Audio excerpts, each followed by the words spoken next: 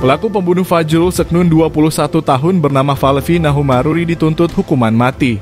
Tuntutan tersebut dibacakan Jaksa Penuntut Umum Kejari Ambon Michael Gaspers saat sidang yang dipimpin Hakim Ketua Marta Maitimu di Pengadilan Negeri Ambon, Senin 27 November 2023.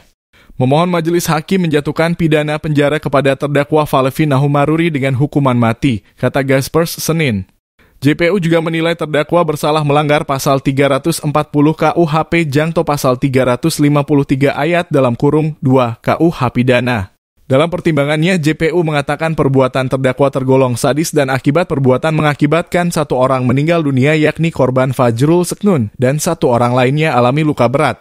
Selain itu, terdakwa juga merupakan residivis dalam perkara pembunuhan dan akibat perbuatan terdakwa sempat mengganggu Kamtibmas di beberapa wilayah di Ambon. Atas tuntutan JPU, majelis hakim menunda sidang hingga pekan depan dengan agenda pembelaan terdakwa.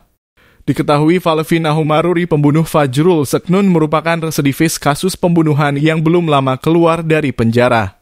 Terdakwa pernah divonis 8 tahun dan di pembinaan selama 3 tahun pengawasan.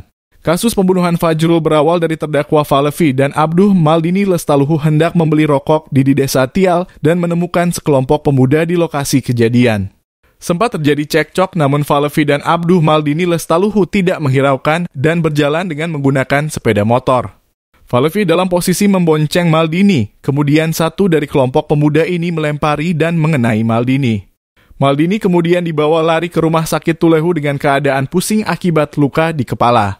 Setelah dibawa ke rumah sakit, masalah ini kemudian dilaporkan ke Polsek Salahuto.